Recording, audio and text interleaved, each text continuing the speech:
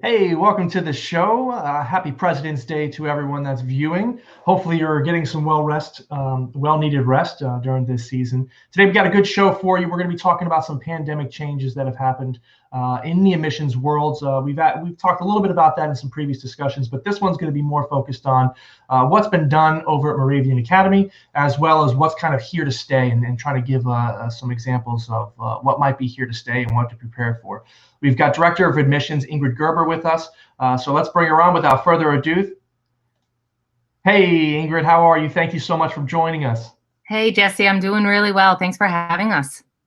Excellent, excellent. Okay, so, we always like to get started with getting a little background about yourself, your journey in admissions, how you've kind of traveled in through the independent school and your current role and what you love about the job, what excites you about it every day. Yes, so my journey is kind of a boring one. I came I came to Moravian Academy in 1989. Yeah, I was 11 years old. Just kidding. And I was a faculty member. I came in as a teacher, and I taught for almost 12 years. And then I retired when my daughter was born. Spent a little bit of time home with her, and then coming back. At that time, there really wasn't any open teaching positions. The director of admissions for the lower school was retiring, and I thought I could do that. And so I applied for the position. So really not having boots on the ground experience. I had the perspective of being a faculty member. I had subbed in almost every single classroom. And then I was a parent. So my perspective was one of a lot of information about the school. So that's kind of how I came to Moravian Academy, and I've been there ever since. I tell you, there's such benefits to being a parent at the school, because you get to see both sides of that, especially in the missions department. What does re-enrollment look like? What is that experience like? You get to get that firsthand experience as a parent, or sometimes as a relative as well. We always talk about the benefits of having alumni there because they know the experience. It's impacted them. They could tell their story with every tour that comes around. But as a parent, that's the other side of the coin that really benefits you and makes you so much more aware of how things are working and how to make things better for your families. That's great. Yeah, it's absolutely. And, I think that, having one that goes all the way through, starting in pre-K and being a lifer, you don't want to overshare. You don't want it to be, you don't want to personalize it to your own parental experience. But there are definitely times when you can say, in my experience, this is what benefited us. Because when they say, why should I come to Moravian Academy? You're going to give them the admission spiel, but they almost trust a little bit more. As a parent, you've also chosen this route, and, there were probably very good, clear reasons for why. So. Yeah, absolutely. Talking about that a little bit, tell us a little bit about what draws families to Moravian Academy. So Moravian Academy, just for perspective, we are in Bethlehem, Pennsylvania, which is about an hour north of Philadelphia, so on the northeast side of Pennsylvania. We are in the Lehigh Valley. Lehigh Valley is a smaller, area comprised of, Bethlehem, Easton, Allentown. It's a very, very public school oriented area. You've got all of the independent schools in Philadelphia. You've got, New York that's not that far. Even some New Jersey schools, there are good public schools there, but they have a breadth of families who do choose independent school. And Moravian Academy is pretty much the only game in town. Within a 30-mile radius, we are the only independent school. There are charters, there are really good public schools. So our competition is a little bit different than a lot of the other independent schools in certain sectors of our nation. And what I think, so Moravian has been able to, over a number of years, draw families who are really looking for a place that will allow their child to meet their potential. We're competing with some really good public schools. It's not where a lot of places there really isn't an alternative. And so our marketing has to be tweaked a little bit differently. And I think parents are looking for, that personalizing of education, unleashing that curiosity in the student, having them meet their potential, and giving them opportunities that they probably wouldn't get in a public school. So, it's a hard sell sometimes. People are Yeah. like, why would I pay that much money when I can have my public option that's just perfectly fine? And what we're seeing more and more and more is we're having a very, there's more deliberation about, now looking at what is this going to look like, maybe not in high school, but 5 years out of high school, or even going off to college. What are we teaching our young children, and what skills are they carrying them with them? And that seems to be the biggest, reason why I think a lot of people are looking, have in the past, and particularly now looking at independent schools. Yeah, that value of, student success after they leave. What happens. Obviously, you always have those diamonds are rough, no matter where you are. But on a mass scale, generally speaking, percentage wise, what are your students doing compared to somewhere else, and is that a possibility, or how can that be a possibility for my student? I know the past couple of weeks we've had a lot of conversation about specialty programs and things, but through our conversation about Moravian Academy, something came up, and I just want to kind of throw it in there. But you guys have a real interesting independent research project that the kids have to do. I'd love for you to explain that to you, because I thought it was a very interesting thing, and how you were able to utilize the different personnel in there. Really, it makes, when you were explaining it, it really felt like a real world application kind of getting done at the high school level. So I'd love for you to plug it a little bit and tell us about it. Sure. So it's it is at the high school level, but if you are someone that comes, say you come in 9th grade, you will absolutely have these personal learning, independent research projects at your fingertips. Some of them are optional, some of them are sort of mandatory, Okay. but we sort of build this all the way through. So when you're in elementary school, you're not going to be, developing a thesis and having your research project. But so much of what they do is delving a little bit deeper into, content they might be covering. So if it is, United States history, they're going to choose someone who has relevance, and they're going to go a little bit further. And it might be multimedia. They might be pulling in a digital presentation. They might be doing something else about, baking or cooking.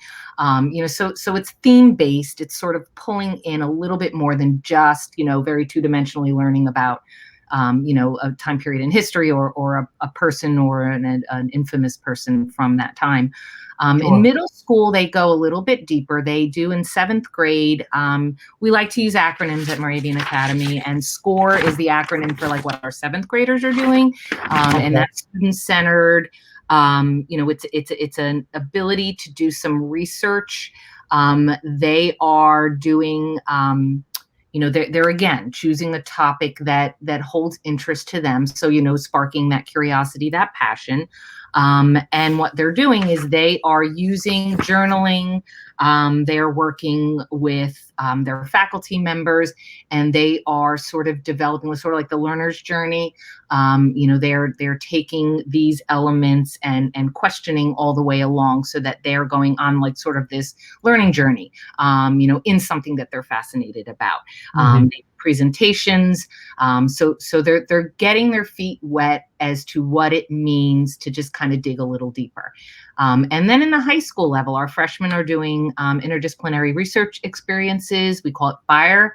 And these freshmen will interact with other other chairs, other departments in English, in history, in science, and they can use resources. I think I talked to you a little bit about how we've developed sort of this Moravian Connect, MA Connect. It's a database. It's like a LinkedIn, but it's just, for Moravian Academy students, alums, parents, constituents. All Moravian constituents can be part of this. And you link with somebody who will be able to talk to you about, chemical engineering, or say they're doing something in AI, computer science. We've had opportunities for these students to actually do some shadowing, or some interning, or some interviewing, and it just gives them a platform to be very, it's not haphazard. It's sort of, some kids are savvy about this, some are not. And it really is introducing them to networking, which is a skill that they're going to have to use most likely for the rest of their lives if they want to, kind of get their foot in the door, et cetera. So. Yeah, and it's a good way too, because it sounds very similar to at least the platform portion of it, to like those community pages that you find in social media. Like, I have a question, just moved to the area, can someone help me out? And it's like, oh, here's a local contractor, here's a local engineer, here's a local, they throw it out there. I'm doing a project on X, and then someone that's in this universe is an expert at it or does it. Now they can shadow. I mean, that's something that they could utilize. It's a great resource to have. And to be honest with you, when they graduate, when they get into the college level, and then on their own, there's going to be plenty of platforms where they use the process in a similar manner to get things that they might need, or to build upon something that they're already doing. So it's really, it's a cool thing that you guys are doing there. I think that's a real fun project. I'm sure, at the upper school level, they get to choose the topic, or that's kind of dictated to them. It's not dictated. They get to choose. And so, like, for example, some of our students, one student did James Joyce, Can You Hear the Music? So he tied in music with his love of literature. He had one of his advisors be one of our English department faculty members. And so definitely a different type of research-based project. We've had students who've gotten national recognition for some of the things that started out as a Comenius project. Okezwe Bell is just been recognized. He's actually has an article in Forbes magazine. He developed an app. It's called Respiri, I think it is, and it's helping to diagnose people that are having respiratory issues. Wow. We've had students who've done things with AI, who've given TED Talks. And a lot of them, these Comenius projects were the springboard for them saying, I could do a TED Talk, I could do this, I could research this. Intel is noticing them. Two of our seniors were nominated out of all the hundreds and hundreds and hundreds and thousands of high school seniors. Two students from Moravian Academy from the state of Pennsylvania were recognized for this, the national honor of graduating seniors. So that's great. Doing things to get noticed, and they are very, very dedicated, very smart students, but they're not. I mean, it's because they're given the platform and the opportunity to do this. We are cultivating it, encouraging it, and facilitating. They're driven, they're motivated. We're not telling them they have to do this. And it's been exciting because they have seen success, and it's their own. They own this. It's not something that, is a project that, Moravian Academy made them do. Sure. No, that's great. I mean, those kind of success stories, I mean, you should be very happy and excited about the alumni. They're going to come out and how they'll be able to give back, whether that's advice, finances, speeches. I mean, there's so many different ways to get back to to your former academy. And I know that independent schools is deep in the heart of many of the current students. Right. Most of the reason why I do everything that I do. So I hold it close, and that's great. Thank you so much for that. But I'm switching gears a little bit. We were talking about some of the pandemic changes that have happened, and obviously the theme today is about things that are here to stay. But before we get to the staying part, what were some programs or processes or things that you guys did in the admissions department to kind of mitigate or to change because of the pandemic? What were some things there? So, Jesse, I'm sure you felt the same thing as we all did on March, whatever it was, 12th, 14th. We had rumblings of this virus might, curb our style. And nobody, even at that time, perhaps our heads of school did, we never anticipated that it would be what it has, ultimately turned out to be. So we had to pivot. And I say we Apollo 13 sort of our admissions, because we repackaged it and sort of shifted very quickly to how are we going to do this completely virtually. Our bread and butter is bringing people on campus. That's how we sell our school. And so, initially, we just said, well, we can still be open for business. We are still accepting applications. Fortunately, that whole process was pushed digitally or electronically, a few years previous. So it wasn't as though, we were dealing still with paper applications, et cetera. And then we offered sort of these Zoom meetings instead of doing on-campus interviews or on-campus meetings with parents. And then we started to think about, this whole idea of a virtual tour. And I'm sure that you've seen, every iteration of that and, these 360 tours. And, what you're really doing is you are allowing that family to step onto campus by doing it either through, a video or, a slideshow. And that's great. And we do, I'll tell you a little bit later, we do have something like that. We got drone footage. We had students that came with their drones and they helped us with, putting this all together. But what we thought was, what we're really missing is the ability to show not just the bricks and mortar, but, the meat of what's actually happening in these classrooms in the school. So sort of an internal peek, and you're not going to get that from just, this is, the Walter Hall, and this is our athletic wellness center. And this is, it's very surfacey. Yeah, it shows you the campus, but it's really not talking about what's happening inside. So we decided probably in April to go a little bit of different route. And we just got together a library, so to speak, of digital assets. We had short little videos about students in our Spanish immersion program. We pulled videos of students giving their Comenius presentations, and again, cut it down to like a 30-second to 1 minute little video. So you weren't, the parent didn't have to sit for, 2 hours just to explore these assets that we were sending them. And so we took all of these things, all of these pieces, and we created a library that we could use to send information to our parents who are inquiring. If it was a very basic inquiry, we had just some, leadership curiosity. I mean, we had some things that were boilerplate that we could send. But as they started asking more questions, we were able to customize this sort of little video / blog presentation for our families. And that was sort of how we started to tell our story, to do admissions. That's awesome. I mean, was this done more like, okay, here are the main programs. I know that we're going to need videos for X, Y, and Z. And as the parents started interacting with that, you started to find different niches that you needed to create videos for, and you kind of built those out. It absolutely. Because as you know, Jesse, we think we know what parents want to know. And then we find out, oh, they're really asking about this or that. So it was very fluid. It started out with us just kind of compiling these assets, and then it grew, and we were able to add additionally, things about score, or, we have a Suzuki music program where our students learn strings at a very young age. We added things about that. And, we had a lot of content.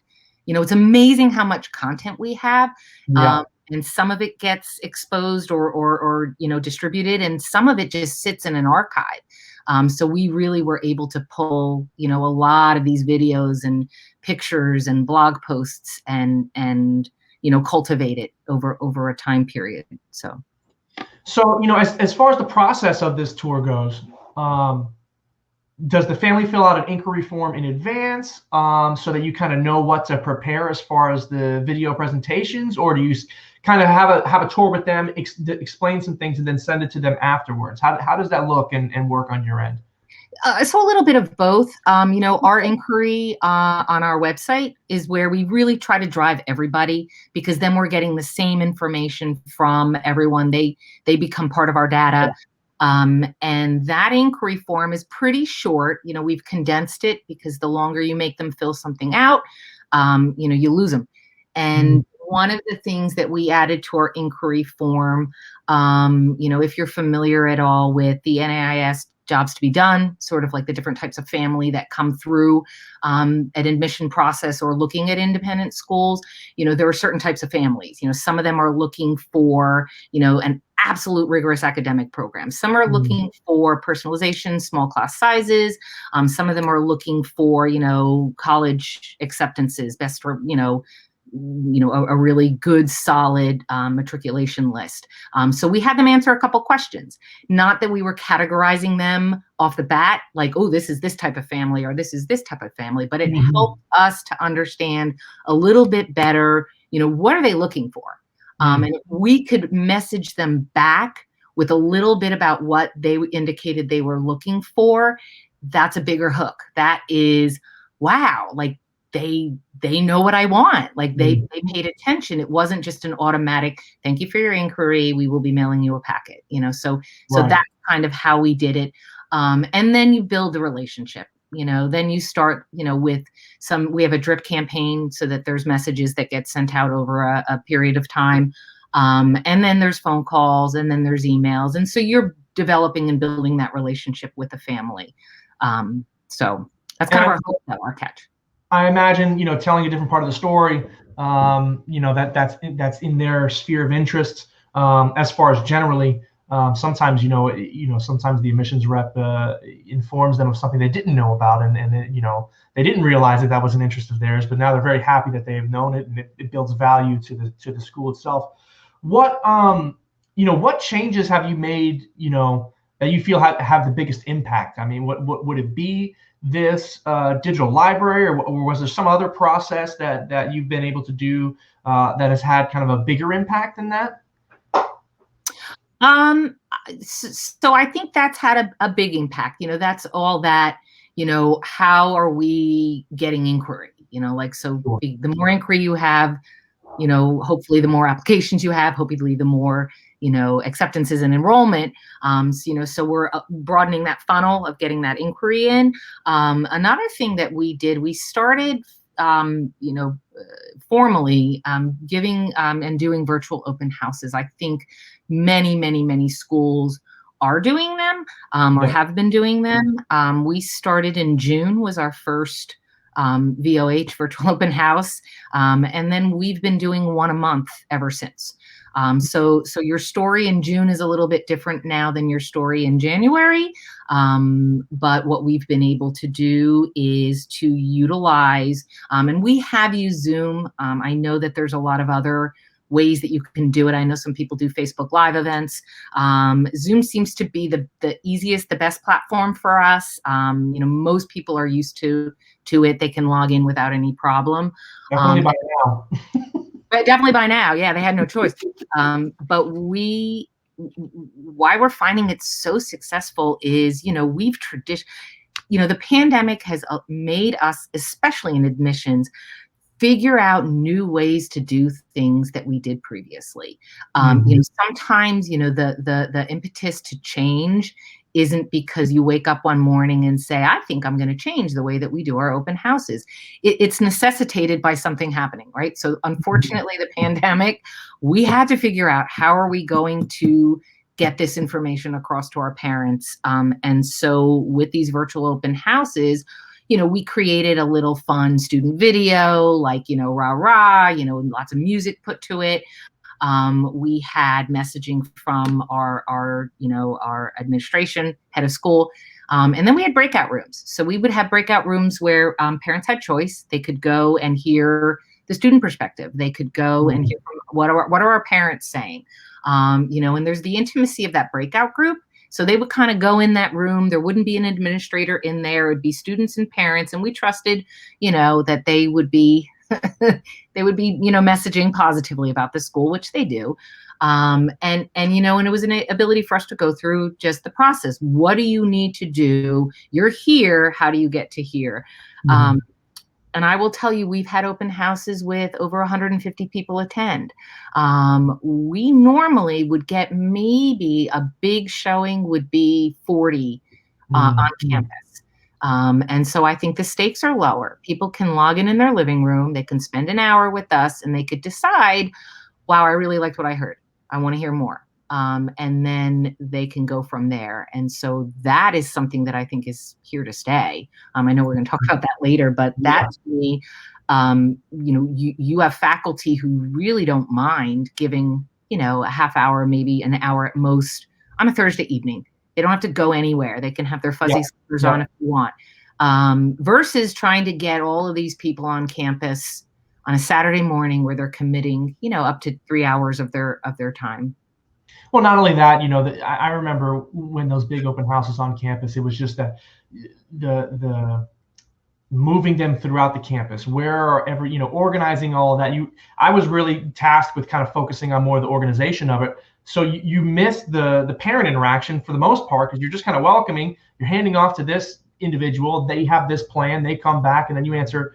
And it's more of a process where you can kind of do that, with the filter, I guess. You have that first layer where I've got more people than I've ever had. They're all getting information about Moravian Academy or whatever school that you may be doing it. And now when they come for a campus tour, one, it's personalized. You know what I mean? You get to build that relationship value, but they've already gotten that sense of the school. Obviously when you get on campus, and I've always said this, and I think, everyone would know this, it's just, you feel the campus. It's a very different feeling. We can try to build the emotion digitally, especially through virtual open houses. And there's a great connection you can have with people that you speak to. But when you get on campus, how does it make you feel? What is the campus? How inviting is it? What's going on around you? And that's a crucial piece there that is, difficult to translate in video. You can see beauty, but again, that feeling it's a little bit different when they get on campus. So I love that it's been so successful for you. You did talk a lot about the breakout rooms with students and parents. I wonder, even with on-campus things, how have you guys been using your personal resources? I know every school I've talked to, it's been, especially since they've had to transform into a digital sphere, especially with all of the things that you just highlighted. The parents' interactions, the student interactions are so much more necessary, because you can't get them where you would just come on campus and have those random interactions, or maybe sometimes planned. Now with the digital, it's got to be a little bit more proactive. We have to really utilize them in certain ways. How have you guys been, utilizing your personal resources as far as students and parents or teachers and such? So we have exclusively been using our parents and our students this year remotely. I mean, we haven't been able to bring outside people onto campus, with the exception, our administration was very kind and allowed us to give outdoor tours. After school, the students have left the campus for the most part. So from 3:30 to 4:30, et cetera, we are giving outdoor tours. So they are physically getting on campus.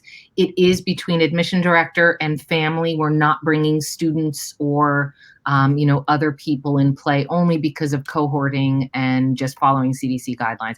If we can relax that, we will open up more into having student-led tours. That's always been what we've done. We've had the student engaging with the family on campus, and then there's a follow-up meeting with admissions. So I'm giving more tours now than I have in a few years. But what we've pivoted to doing is, now that students are not on campus doing the shadow day, they shadow virtually. We do the interview.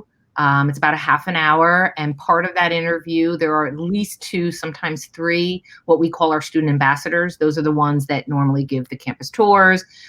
They engage with the exterior population, meaning, people that are perspectives, et cetera. And so they get on these calls, they go with the student. I put them in a breakout room again, because I know that, they feel a little more comfortable talking about, Moravian and what they do and what this prospective student can do. We've had parent hangouts. Parents have been available to answer questions that, prospective families might have. We've had them as panels on our virtual open houses. We're investigating ways that, we can get them to be even more accessible. I know that there are programs on websites that, click here to talk to one of our lower school parents, click here to talk to one of our upper school parents. So we're working on that and seeing how we can build that out. But, unfortunately, Jesse, right now it's still that virtual connection with our students and our parents. But I think it's working. It's more effective than not engaging with them at all. Absolutely, and you're definitely not in that boat alone. Right. Down here in Florida, obviously things are a little different. We're the Wild West down here, and we kind of just everything's optional, I guess. But in other places in the country, there's been real strict restrictions put on it, and when you're looking at what works best for you, whether you like it or not, sometimes that's going to be the safest method is going to be doing these things after school, transitioning completely virtual. You don't want to risk, safety first, and then from there we have to build out continued business and continue showing our school and showcasing that. But at the same time, safety first, and the current students, faculty, staff that are there is got to be the priority, and any way that you can limit that exposure for them is going to be beneficial. That's great. So, I know we talked about a lot of virtual components. That digital library is so cool, how you're able to, customize responses and interests, and you're continuously building that out, as you interact with parents and things come up that you didn't think of. And I would imagine you update that as well, even with some of the things, that you might have done in April of last year, maybe April of this year, you kind of revamp that a little bit. What do you think is here to stay? I mean, at least for you, what have you transitioned to now that's going to be here to stay? So I do believe that library, that those assets, I think that, we are getting more and more away from just using the traditional view book as our messaging piece. It's nice to get something in the mail. We do continue to mail out packets that have, profiles and view book and information. But I do believe that this very fluid way to very flashy is not the word, but they're interactive media that our families' perspectives can look at. I think that's absolutely here to stay. And that requires, interfacing a lot with your marketing and communications department, but it's also, you're relying also on classroom teachers to give you content. So you are really, your request and your ask is a lot bigger of your faculty, but they're happy to do it. They want everyone to know all of the really cool things that are happening in their classrooms. Yes. So I think that you've now gotten them on board in part of the admission process. Admissions is everybody's job at an independent school, and they feel like they're contributing, rather than just saying, let me know what I can do to help. This is what you can do to help. Feed us content, keep giving us stuff, and we will use it and tailor it in a way that's going to present really well to the public. Yeah. And, on the teacher's perspective, it's an interesting thought that I didn't even think about. But if they're creating the content and it's, kind of updated as we go, I always remember having tours that you would go by and they were reading that day, or, sometimes they were doing experiments and you go in and like, oh, look how cool this is. And you get to showcase like some, interesting and cool project that class is working on. And then there was other days that, they're dulls. It's a classroom. You're going to have like interesting days and you're going to have, normal days. Right. And, by giving it to them, they're kind of showcasing all of these interesting things that they might have wished the tour had seen had they come along on this particular day. And adding that kind of content, it's rich, it's interesting, it's unique, and that's a great point. I think that the teachers would love to do something like that rather than, just, hey, how's it going? Right now it doesn't look like much, but yesterday we did this. Yeah, exactly. Yeah. And it's authentic, Jesse. That's the big thing. It's like, this really was a class that happened. We can talk about all the fabulous things that are happening at our school. And it's not that the parents don't believe us, but when you really see, they did that lesson. Those first graders were doing, I don't know, they're exploring the, mitosis, and wow, like that's crazy. Those are first graders. And they get to see that this is truly what their experience is. That's amazing. Last question to kind of follow back on that. When you're compiling this as a faculty member, let's say, How are we doing it? Are we using iPads to video this? Or do they have someone that's going around at different days and doing things like a content calendar, and they kind of hit up different classrooms based on their curriculum? How does that work? How are you able to gather all of that? So we're relying heavily on just the savviness of our faculty. They're using, a lot of times it's QuickTime videos. They're using either an iPad or even a phone device, as long as they're holding it, horizontally. We do have two full-time people in our marketing and communications, and so one of the women who is responsible for developing most of the content on our social media, she will put out a calendar. She will ask for certain items. So there's a request, there's a call, and then she will go around and capture a lot of, whether it's the video or whether she needs to write up a short blog to accompany a story. Perfect. Yeah. Well, thank you so much for that insight. That's awesome. I mean, that's a great program. It doesn't seem like there's any reason for it to, die down in any fashion, including when everyone's able to get back on campus. It's still, especially with a follow-up, you can even have those on-campus tours. You can still follow up with those interesting videos. There's also tons of reasons to do it. So switching gears a little bit here, we always like to close the show with getting some regional outlooks. And the Pennsylvania, here we go, Bethlehem, Pennsylvania. What's it looking like there? I imagine it's cold like everywhere else in the country right now. Except for Florida. What do you have, like 70 degrees in there? I don't want to make you upset, but we've been hitting the 80s pretty routinely down here. I'm supposed to get into the 80s today. So I think spring's here. Pollen's already out. I have to take my Zyrtec every day. So we are unlike anywhere else in the country. Maybe Southern California might be enjoying weather like us. But how's everything in Bethlehem, Pennsylvania? What does the enrollment market look like there? How are things? So we're cautiously optimistic, and I say cautiously because, as I mentioned before, our market is slightly different. A lot of times Philadelphia schools, it's not if independent school, it's what independent school, so they're kind of competing amongst other independents as to what are we showing, what's the value of our school, not necessarily the value of coming to independent school in the first place. We've been in the enviable position of being able to be on campus 5 days a week since August 25th. So we're in person. And the reason that we can do that is, a lot of things. We are autonomous. We are governed by a board of directors and adhere to National Association of Independent Schools. We don't have a union that's telling us what we can or cannot do or what we should or should not do. So we knew it was very important for students to be able to have that choice to come on campus. We are a dual platform, so every teacher has a classroom link and is doing a virtual presentation simultaneously with the in-class. It's a little challenging for the teachers. They've gotten very, very good at it. But if you opt to do a virtual, you are home, you can choose to do that. So it's not where you'll have a different lesson or at a different time or where if it's asynchronous. So that's made us attractive. Many, many, many of the public schools in our area have either gone completely virtual or they're hybrid, meaning that they're in school maybe 1-2 days a week for a short period of time, and then they're on a virtual platform for the rest of the week.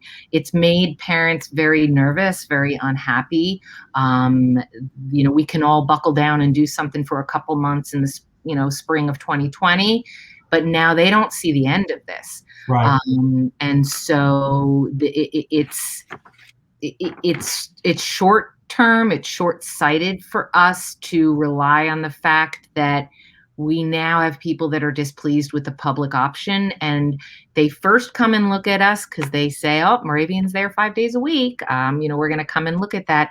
And then what happens is that they realize what they've been missing all along, and they start saying, oh my goodness, like I did not know that my kid could have this experience. I was not aware of what independent school was or is or can do or can benefit. And so we have seen an uptick. We're about 38% increase in our applications from this time last year. We're about 25% increase in inquiries from last year at this time. So people are definitely interested. Yeah. How that's going to play out, that's always, you don't know. But certainly the forecast is looking very healthy. Well, I would imagine, there does seem to be this trend, and we've talked about it with a lot of schools that are kind of in that, 2-hour to hour range outside of the major cities. Mm-hmm. And, there is this influx of people moving out of the urban areas into, at least in the U.S. I don't want to say worldwide, but definitely in the U.S. There's a slight exodus out of these urban areas, especially with the pandemic. And the complications that come with living in such a close-knit area with people on top of you, below you, beside you, everywhere in an urban area. So, I wonder if that enrollment trend for you guys is maybe a little bit of new movers, people moving, or maybe they had a house out there, they're becoming a little bit more permanent at their second home rather than their first home inside the city. That's been benefiting some schools, all across the country that are living outside those urban areas. Do you think maybe you're seeing some of that, or are these locals, they've been there for a long time and now they're just fed up with their public schools? Combination. So some of it is local. They've thought about it, and they never fully investigated. But absolutely, I don't know. Is it called urban flight? I don't know what it's called. When people are moving out of larger cities, they're looking more for a suburban sprawl. In the Lehigh Valley, we have there's Lafayette, there's Lehigh, there's a number of universities. We also have two excellent hospitals, teaching hospitals in the area, St. Luke's Hospital, Lehigh Valley Hospital and Health Network, and they are recruiting physicians. I mean, they're just growing and growing and growing. So they're recruiting physicians from all over the nation and even the world. So you've got doctors that are coming in from, Boston, from California, and they're looking to set up shop, to purchase a home, and their primary is, where's my kid going to go to school, and then we'll buy our home, not the other way around. And so we are seeing, we're seeing that as well. So that's been super beneficial for us. Excellent. So, maybe we've already alluded to this a little bit, but for you, where do you see the biggest enrollment opportunity for you guys this year? So I think the biggest enrollment opportunity is sort of this being able to get our story out, getting our message out. Like I mentioned, the attendance at virtual open houses. We've been able to market using sort of some targeted. I don't think we're using geofencing. I know we looked into that, but really kind of looking at zip codes and being able to target the message about we're having an open house. So appealing to markets that might be interested. And so I think that, we're able to get more people to sit in a seat. We weren't always able to get people to come on campus and to kind of hear our message. Once they got there, they were very, very interested. So I think our biggest marketing opportunity with this is that more and more people are being able to hear, the story that we have to tell about Moravian Academy and the educational opportunities. Yeah, there's definitely a lot of people that didn't know that they were interested, and now they are. Yeah. You got to get out there, and like you said, kind of more to your point, that's not unknown and unheard of in other parts of the country, but people just didn't know what independent school was, what it offers, the different things that they may offer in their region. It's sometimes an eye-opening experience to do a campus tour of an independent school when you're only used to public. So that's definitely a huge opportunity for you. I hope all goes well. I know you've got a big re-enrollment push coming at the end of the week. We and do. Then obviously it's off to the races until we fill up. Yeah, absolutely. It's exciting though. It's always exciting. Never a dull day. Excellent. Well, Ingrid, thank you so much for taking the time with us today. I think we've gone over quite a bit. You've given our viewers quite a bit of information and some definite thoughts, especially with that digital library, how we're able to personalize a lot of those tours and those interactions with families, getting the students involved in the virtual world, the faculty involved, a lot of those projects. I wish you nothing but the best. I think I think those are going to be doing great for you for years to come. Absolutely. Thank you. Well, thank you so much, Jesse. It's been a delight. It's been a pleasure. See you later. Stay warm up there if you can. Bye. Well, that'll do it for us today. I hope that you enjoyed the show. Be sure to check out this full episode at schoolcraftdigital.com. We also have it on our YouTube and Facebook pages. Go ahead, like and share. We'll see you next week. Thank you so much. Have a great President's Day.